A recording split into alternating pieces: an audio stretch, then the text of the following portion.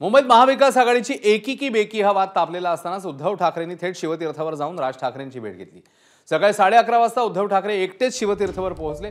पक्षातल्या कोणत्याही बड्या नेत्याला सोबत न घेता उद्धव ठाकरे राज ठाकरेंच्या भेटीला गेल्यानं त्याला वेगळं महत्त्व प्राप्त झालंय। जवळपास 2.5 तास दोन्ही भावांमध्ये चर्चा झाली आहे। गेल्या जुलैमध्ये दोन्ही भावांच्या भेटीचा हा सिलसिला सुरू झाला होता।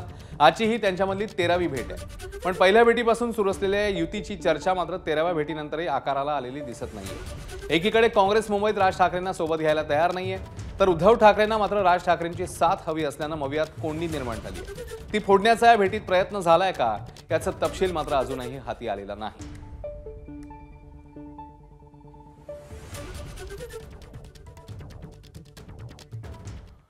तर ठाकरे बंधूंच्या भेटीनंतर आता राजकीय प्रतिक्रिया देखील येऊ लागलेल्या आहेत। भाजपचे नवनाथ बन या संदर्भात काय म्हणतात, त्यांनी नेमकी काय टीका केली आहे ते बघूया।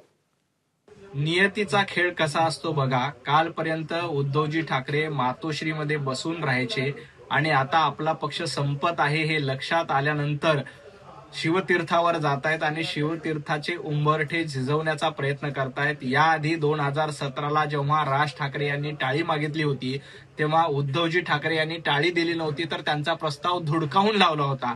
हे दोन्ही बंधू एकत्र आले तरी त्याचा मुंबई महापालिकेवर किंचितही परिणाम होणार नाही। मुंबई महापालिकेत महायुती स्पष्टपणे बहुमताने जिंकून येईल। एबीपी माझा, उघडा डोळे बघा नीट।